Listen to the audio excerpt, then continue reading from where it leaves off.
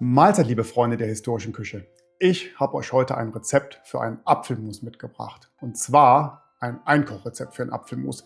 Ich habe erst überlegt, ob ich dieses Video überhaupt machen soll, habe mir aber dann gedacht, eigentlich passt es perfekt in den Kontext dieses Kanals. Ein historisches Rezept, was früher gekocht wurde und heute noch zur Anwendung kommt.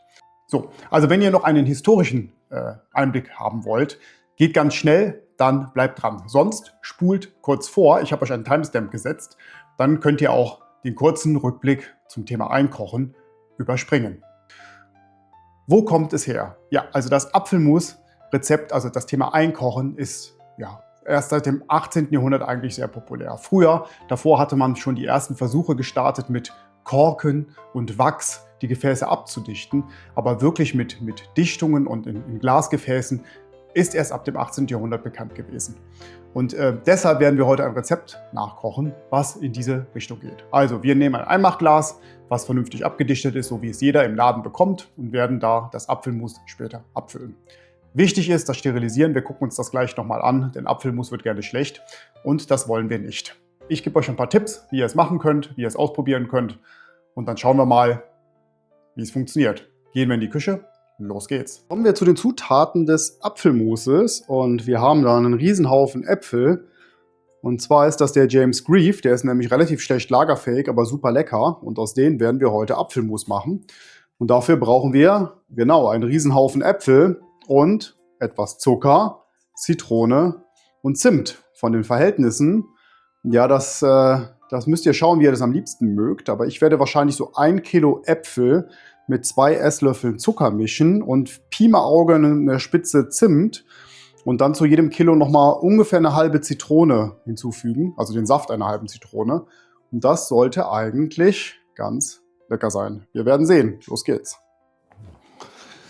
Ja, jetzt kommt die richtige Arbeit. Jetzt müssen wir nämlich diesen Riesenhaufen an Äpfeln erstmal schön klein schneiden. Dafür schälen wir die. Dann schneiden wir die in 2 Teile oder in 4 Teile besser gesagt, holen das Kerngehäuse raus, machen da kleine Stückchen draus und ich zeige euch das mal, falls jemand nicht weiß, was ich damit meine. So, und dann kommen die in den Topf, und das müssen wir jetzt im Prinzip mit dem ganzen Haufen machen. Also da haben wir jetzt einiges an Arbeit vor uns, denn wir wollen ja das Apfelmus auch ein bisschen stückig haben. Deshalb machen wir die Stücke nicht zu klein und nicht zu fein. Wir werden das nachher stampfen. Und genau. Also klein schneiden. Dann kommt das in den großen Topf. Und mehr ist es eigentlich nicht. Das machen wir jetzt mit allen Äpfeln, die hier sind, bis der Topf randvoll ist. Und dann müssen wir uns im Anschluss noch um die Zitrone kümmern, um den Zucker kümmern. Dann werden wir das Apfelkompott, ich sag mal so Pi mal Auge, 20 Minuten kochen. Und wenn das dann gekocht hat, wird es gestampft. Da müssen wir mal schauen, wie viel wir da stampfen müssen. Ich kenne die Äpfel nicht. Das erste Mal, dass wir von den James Grieve jetzt Apfelmus machen oder Apfelkompott machen. Und dann schauen wir mal, wie die nach dem Kochen aussehen. Also ich habe gesagt, gerne ein paar Stückchen drin. Dann werden wir die entsprechend stampfen, sodass die teilweise ganz schön musig sind und teilweise noch Stückchen übrig sind. Und werden die in die heißen oder in die sterilisierten Gläser füllen. Ich habe euch ja gesagt, wir reden noch mal ganz kurz über das Sterilisieren. Also wichtig ist, dass auch gerade beim Apfelkompott, da ist ja nicht so viel Zucker drin. Das ist nicht so wie Marmelade oder so, die ein bisschen was ab kann. Der Apfelkompott kann relativ schnell schlecht werden. Deshalb ist das Sterilisieren hier umso wichtiger. Also ich mache das mit meinen Gläsern ja immer so, dass ich die immer erst in die Spülmaschine stecke, im Topfgang, damit die richtig sauber sind. Danach stelle ich die feucht in den Backofen.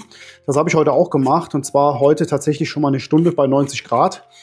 Da sollte eigentlich schon fast alles tot sein. Wir werden das aber jetzt so machen, dass wenn der Apfelkompott dort eingefüllt ist, dann werde ich tatsächlich hingehen und die Äpfel nochmal richtig einkochen. Heißt, die kommen in einen Topf mit Wasser, ungefähr so 2/3 gefüllt, und werden dann in dem Topf nochmal für circa, ich würde sagen, Pi mal Auge eine halbe Stunde nochmal vorsichtig eingekocht. Das könnt ihr auch im Backofen machen für eine halbe Stunde bei 90 Grad. Hier ist eine etwas schlechtere Stelle, die schneiden wir gleich raus. Im Backofen machen bei 90 Grad. Im Wassertopf, denke ich mal, geht das ein bisschen schneller. Das dient einfach nur dem Zweck, dass die Luft, die mit drin ist in den Gläsern, weil das ja so Einmachgläser sind, also Einkochgläser sind, tatsächlich nochmal richtig heiß wird und alles, was da vielleicht noch lebend übrig geblieben sein sollte, dann stirbt, so wie Schimmelsporen, irgendwelche, was weiß ich, Bakterien, keine Ahnung, aber hauptsächlich der Schimmel, der uns dann die Probleme macht. Und das gilt es zu vermeiden. So, und danach lassen wir das langsam abkühlen. Und dann ist der Apfelmus auch schon fertig. So, ich lasse euch jetzt mal ganz kurz alleine und schneide jetzt den Haufen Äpfel klein. Und dann sehen wir uns gleich wieder. Wir haben jetzt ungefähr 6,5 Kilo ungefähr Äpfel. Und schaut euch mal an, wie viel Müll da entstanden ist. Vielleicht habt ihr ja eine Idee, was man damit machen kann. Ich würde den jetzt auf den Komposter schmeißen. Aber wenn ich das so sehe, wäre das ja fast zu schade. Vielleicht habt ihr ja ein Rezept für, was man wirklich mit so Apfelresten machen kann. Schreibt es mal in die Kommentare rein. Dann würde ich das tatsächlich mal ausprobieren, weil so ist das natürlich fast zu schade, alles wegzuschmeißen. Und wir haben keine Tiere, die sowas fressen. Also in der Menge. Gut, dann machen wir jetzt die Zitrone, Zimt und Zucker rein. Bei 6,5 Kilo würde ich mal sagen 6, 12, 15 Löffel Zucker. Und dann werden wir das alles eine halbe Stunde kochen.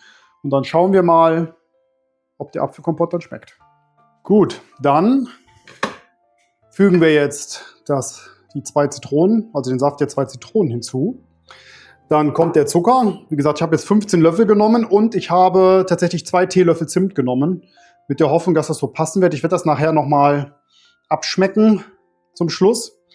Was ich dann am Anfang vergessen habe, wir müssen natürlich auch gucken, das ist sonst zu fest. Also es kommt noch was Wasser hinzu. Ich habe mich jetzt einfach mal dafür entschieden, einen halben Liter zu nehmen. Warum einen halben Liter? Ja, das ist irgendwo ein Kompromiss, ne? Also ich weiß nicht, wie viel Wasser aus den Äpfeln rauskommt. Die Rezepte, die ich gefunden habe, die gehen da etwas auseinander. Von, ich sag mal, 200 Milliliter pro Kilo bis 50 Milliliter pro Kilo. Und da ich das nicht genau weiß, versuche ich es jetzt mal mit dieser Menge. Und das werden wir einkochen, hinzufügen. Ja, kann man halt immer noch, nur rausnehmen ist halt immer schwierig, weil dann verkocht es mir. Gut, dann würde ich sagen, wir starten und es braucht jetzt noch eine halbe Stunde. Und dann schauen wir mal, was daraus geworden ist. Wir werden zwischenzeitlich immer wieder umrühren müssen. Oh, ich habe den ganzen Zimt an den Fingern. Immer wieder umrühren müssen, das ist wichtig, damit es irgendwie nicht anbrennt. Also mal ganz vorsichtig und es sollte auch noch einiges zusammenfallen. Und dann werden wir gleich mal gucken, ja, was unser Apfelmus dann gleich sagt. Super, das war es eigentlich auch schon. Das Schlimmste ist die Vorbereitung. Jetzt kommt der Spaß. Haut rein, bis später. Kurzer Zwischenstand. Nein, das ist nicht so zusammengefallen. Ich musste es tatsächlich nochmal umfüllen.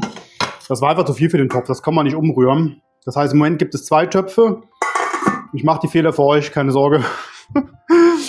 Jeder Profi hätte wahrscheinlich gesagt, wie kannst du so verrückt sein, so viel in den Topf zu tun. Aber ihr wisst ja, ehrlicher Content, deshalb zeige ich euch das auch. Da habe ich einen Fehler gemacht. Ich schütte das nachher zusammen, bevor ich stampfe. Und dann sollte das eigentlich funktionieren. Ja, aber es war einfach zu viel, das konnte es nicht umrühren. Und der Zucker da drin, das hat einfach die Gefahr, dass der ankocht, anbrät oder anbackt, verbrennt letztendlich. Und das wollen wir nicht. Ne? Also Zwischenstand nach einer Viertelstunde. Wir mussten nochmal nachjustieren, weiter geht's. So, das gefällt mir jetzt soweit ganz gut. Ich werde das jetzt nochmal vorsichtig ein bisschen mit einem Kartoffelstampfer stampfen, damit die Stückchen dann noch ein bisschen kleiner werden. Aber das hat jetzt ordentlich gekocht und ihr seht, ein Teil ist schon zusammengefallen. Ich habe das auch jetzt wieder zusammengeschüttet, also nicht wundern. Das ist tatsächlich jetzt die Gesamtmenge und das ist jetzt von den 11 Litern auf ungefähr 8 geschrumpft. Und wir werden es jetzt stampfen und dann nochmal 2-3 Minuten kochen lassen. Und danach kommt es in die Gläser, die habe ich schon vorbereitet und dann werden wir es einkochen. So, geilster Kartoffelstampfer ever. Irgendwo aus China mal zuschicken lassen. Kann man drüber sagen, was man möchte, aber das Ding ist Schrott. Aber um ein paar Äpfel klein zu stampfen, würde ich sagen, reicht das vollkommen aus. Also macht das nicht, kauft euch direkt was Vernünftiges. Das Ding ist schon krumm und schief, um ein paar Kartoffeln zu stampfen. Und das ist jetzt eigentlich ja nicht die große Mammutaufgabe. So, also wir stampfen jetzt die Stücke ein bisschen feiner, damit da nicht so ganz große Stücke drin sind. Und dann werde ich den noch mal ganz vorsichtig direkt mal probieren, wie der schmeckt. Denn das Ziel ist es ja, den gleich nicht nochmal anfassen zu müssen. Und wenn da noch Zucker rein muss, dann jetzt oder nie. Oder Wasser halt, was auch immer. Aber Wasser, glaube ich, nehme ich nicht. Von der Konsistenz ist das schon ganz geil geworden, finde ich. Ich mag das nicht, wenn das zu flüssig ist. Da sollen ruhig zum Großteil Äpfel sein. Ich will ihn ja nicht strecken. So, und ihr seht hier, sind noch einige große Stücke dabei. Die kriege ich jetzt natürlich nicht weg, alle. Das ist aber nicht schlimm. Wir probieren den jetzt mal. Das ist natürlich was anderes, als wenn der kalt ist. Also nachher werden wir ihn kalt verkosten. Und gucken mal.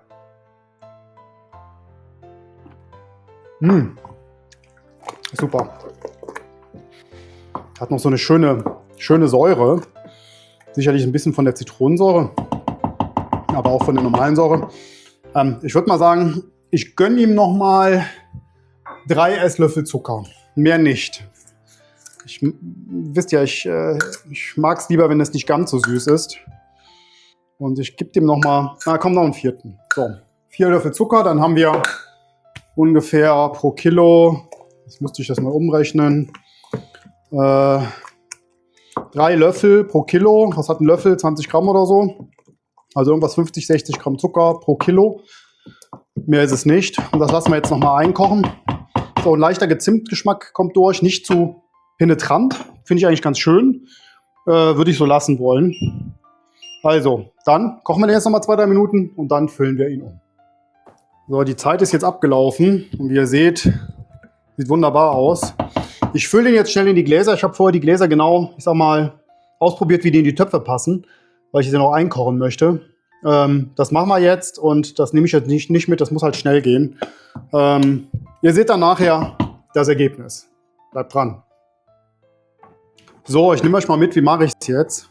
Also dieser Topf, da kann ich einen Deckel drauf machen, da kommen 4 Gläser rein. Der bleibt jetzt hier auf dem Herd und wird für 30 Minuten vorsichtig eingekocht, wenn er dann gleich kocht. Und der hier, der ist eigentlich zu klein, wie ihr seht. Hier passt nämlich kein Deckel drauf. Wenn der jetzt aufgekocht ist, kommt der in den Backofen. Ja, und bleibt dort, ich würde mal sagen, 60 bis 90 Minuten. Und dann hoffe ich, dass wirklich alles darin tot ist. Ihr seht ja ein Glas markiert. Also wenn ihr jetzt fragt, warum, ich habe gesehen, die Dichtung ist nicht 100% in Ordnung. Ich weiß nicht, ob die wirklich nachher anzieht. Deshalb wird das mein erstes Glas, was ich essen werde. Alles klar. Wenn wir fertig sind, seht ihr das finale Ergebnis. Bleibt dran. So, das ist die Ausbeute, wie ihr seht. Wir haben hier, das kennt ihr ja schon, das Probeschälchen für gleich. Dann haben wir ein Anbruchglas und 3-mal, ich glaube, es sind 900 Milliliter und 3-mal 1 Liter Gläser. Geil, wa? Kommen wir zum Verkosten. Kommen wir zur Verkostung. Wie ihr seht, habe ich Schweißperlen auf der Stirn. Warum? Meine Kamerafrau ist wieder da und die hat hier gerade Bildoptimierung gemacht. Ich darf mich hier nicht bewegen, ich muss genau in dieser Position bleiben. Das Licht musste sich gerade ein Stückchen nach unten bewegen und die Kabel, die im Weg hingen, mussten auch weggemacht werden. Aber jetzt kommen wir zum Wichtigsten und ich hoffe, ich komme mit meinem Kopf nach unten. Zwinker-Smiley zu meiner Tochter. Und jetzt probieren wir doch gleich mal das Apfelmus aus. Also von der Konsistenz, Leute, ist geil geworden. Ach ja, bei geil war auch was, aber das können wir jetzt hier nicht mit ins Video bringen. Jedenfalls, es stand noch nicht im Kühlschrank und ich probiere es jetzt mal lauwarm. Werde es dann in den Kühlschrank stellen. Ich glaube, danach ist es noch viel besser. Moment. Oh, super lecker geworden. Super. Ich gucke mal, ob ich noch ein Stückchen finde. Guck mal hier, ich habe noch ein paar kleine Stücke drin gelassen. Mega. Ist total super geworden. Leute, macht das nach. Wenn ihr zu viele Äpfel habt, kocht die ein. Habt ihr den ganzen Winter was von. Die Konsistenz, guck mal.